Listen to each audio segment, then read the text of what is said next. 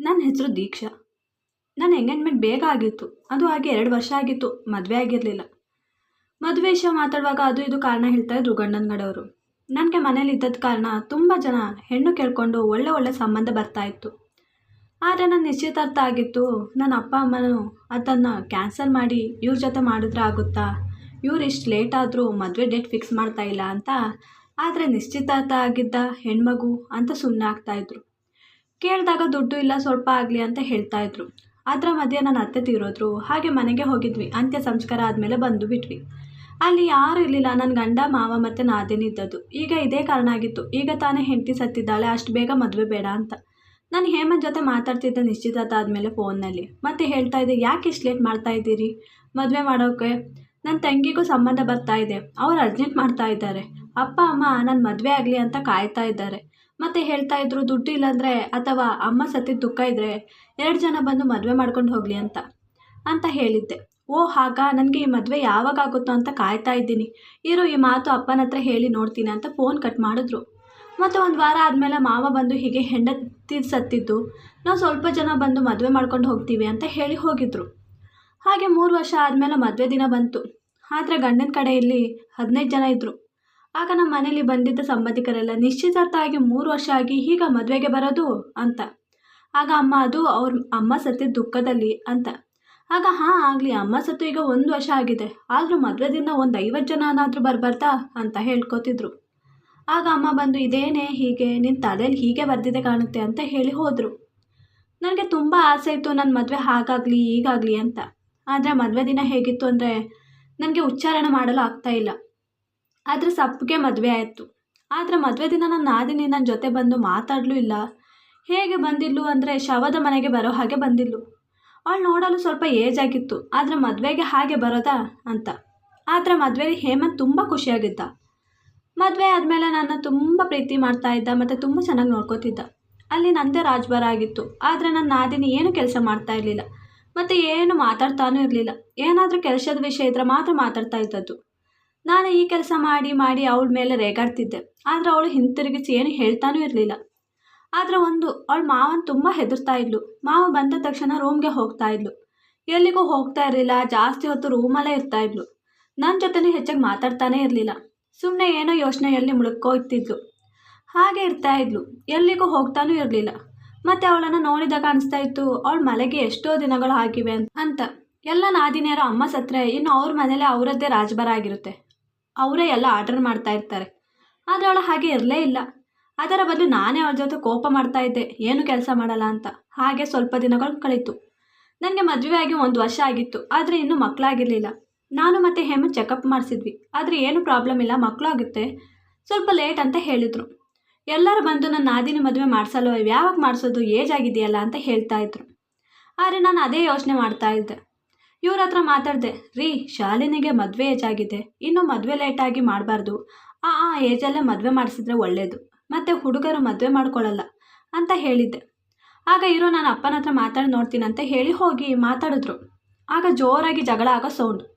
ನಾನು ಹೋಗಿ ನೋಡಿದಾಗ ಮಾವ ಅವಳ ಮದುವೆ ಬಗ್ಗೆ ನಿನ್ಗೆ ಯಾಕೆ ಟೆನ್ಷನು, ನಾನು ಅವಳ ಮದುವೆ ಮಾಡಿಸಲ್ಲ ಯಾವುದೇ ಕಾರಣಕ್ಕೂ. ಇಲ್ಲಿ ನನ್ನ ಹೆಂಡತಿ ಹೋಗಿ ಮನೆ ಸತ್ತಿದ್ದ ಹಾಗೆ ಇದೆ, ಇನ್ನು ಅವಳು ಮದುವೆ ಮಾಡಿಸಿ ಮೊದಲು ನಿನಗೆ ಮಕ್ಕಳಾಗೋ ಚಿಂತೆ ಮಾಡು. ಇಲ್ಲಿ 1 ವರ್ಷ ಆದರೂ ಮಕ್ಕಳಾಗಿಲ್ಲ, ಮತ್ತೆ ನೋಡೋಣ ಮದುವೆ ಅಂತ ಹೇಳಿದ್ರು. ಆಗ ಅವ್ರ ಮುಖ ಬಾಡಿಸಿ ಬಂದರು. ನನಗೂ ಈಗ ಏನು ಅಂತ ಇದ್ದೆ. ನಾನು ಬಟ್ಟೆ ಒಗಿಬೇಕಾದ್ರೆ ಮಾವನ ಜೋಬ್ನಿಂದ ಅದನ್ನು ನೋಡಿ ಬೆಚ್ಚು ಬಿದ್ದೆ. ಅದನ್ನು ನನ್ನ ನಾದಿನಿನೂ ನೋಡಿದ್ಲು. ಆದರೆ ಅವಳ ಮುಖ ಬಗ್ಗಿಸಿ ದುಃಖದಲ್ಲಿ ಹೊಟ್ಟೋದು. ನಾನು ಇದೇನು ಮಾವನ ಜೋಬದಲ್ಲಿ ಅಂತ ಹಾಗೆ ತೆಕ್ಕೊಂಡು ಹೋಗಿ ನನ್ನ ಗಂಡನಿಗೆ ಮಲಗಿದ್ದಾಗ ಎದ್ದೊಳಿಸಿ ತೋರಿಸ್ದೆ. ಆಗ ಅದನ್ನು ನೋಡಿ, ಏನೇನಿದ್ದು ಬೆಳಗ್ಗೆನೆ ಇದನ್ನು ಹಿಡ್ಕೊಂಡು ಬಂದಿದೀಯಾ, ನಿನಗೆ ಹೀಗೆ ಹಿಡ್ಕೊಂಡು ಬಂದು ನನಗೆ ತೋರ್ಸೋಕ್ಕೆ ನಾಚಿಕೆ ಆಗಲ್ವಾ, ಮೊದಲು ತೆಗ್ದೆಸಿ ಅಂತ ಹೇಳಿದ್ರು. ಆಗ ನನ್ನ ಕೋಪದಿಂದ, ರೀ ಇದು ನಾನು ತಂದಿರೋದಲ್ಲ, ಮತ್ತು ನಮಗೆ ಇನ್ನೂ ಮಕ್ಕಳು ಆಗಿಲ್ಲ, ನಮಗೆ ಇದರ ಅವಶ್ಯಕತೆಯೂ ಇಲ್ಲ, ಇದು ನಿಮ್ಮ ಅಪ್ಪನ ಜಾಬಲ್ಲಿ ಸಿಕ್ಕಿರೋದು ಅಂತ ಹೇಳಿದೆ. ಆಗ ಅವರು ಮೊದಲು ಅದನ್ನು ಎಸಿ ಅಂತ ಹೇಳಿದ್ರು. ನಾನು ಹೋಗಿ ಎಸೆದು ಬಂದಿದ್ದೆ. ಮತ್ತೆ ಹೇಳಿದ್ರು, ಪಾಪ ಅಮ್ಮ ಹೋದ್ಮೇಲೆ ಒಬ್ಬನೇ ಅಲ್ವಾ, ಹಾಗೆ ಬೇರೆಯವರ ಜೊತೆ ಹೀಗೆ ಮಾಡಿರ್ಬೋದು, ಪಾಪ ಅಪ್ಪನಿಗೆ ಇನ್ನೊಂದು ಹೆಣ್ಣಿನ ಆಶ್ರಯ ಬೇಕು ಅನಿಸುತ್ತೆ ಅಂತ ಹೇಳಿದ್ರು. ಆಗ ಬೇರೆ ಮದುವೆ ಆಗಲಿ, ನನಗೆ ಇದರಿಂದ ಏನೂ ಅಭ್ಯಂತರ ಇಲ್ಲ.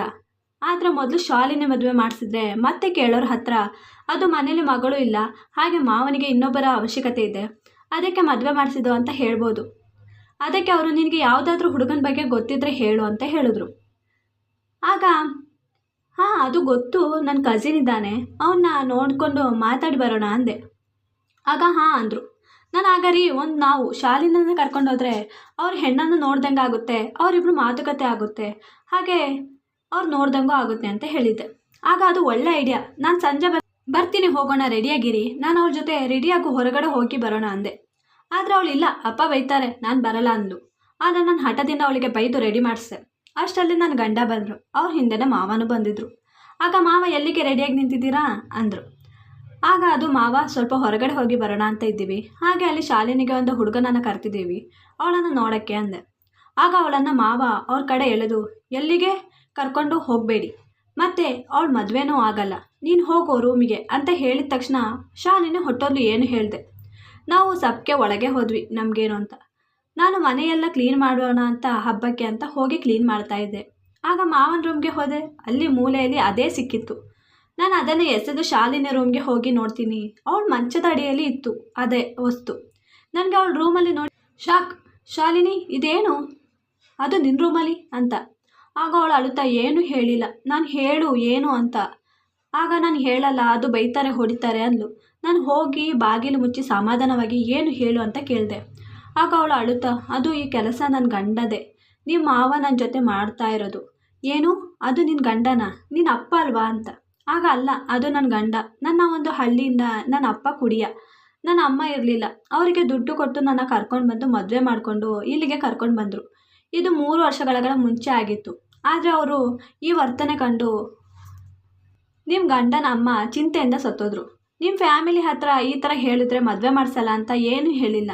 ಮತ್ತು ಇಲ್ಲಿ ಎಲ್ಲ ಜನರಿಗೆ ನನ್ನ ಹಾಸ್ಟೆಲ್ನಲ್ಲಿ ಓದಿಸ್ತಾ ಇದ್ದದ್ದು ಇದು ನನ್ನ ಮಗಳು ಅಂತ ಹೇಳ್ಕೊಂಡಿದ್ದಾರೆ. ಈ ಮಾತು ನಿಮ್ಮ ಗಂಡನಿಗೆ ಗೊತ್ತಿಲ್ಲ.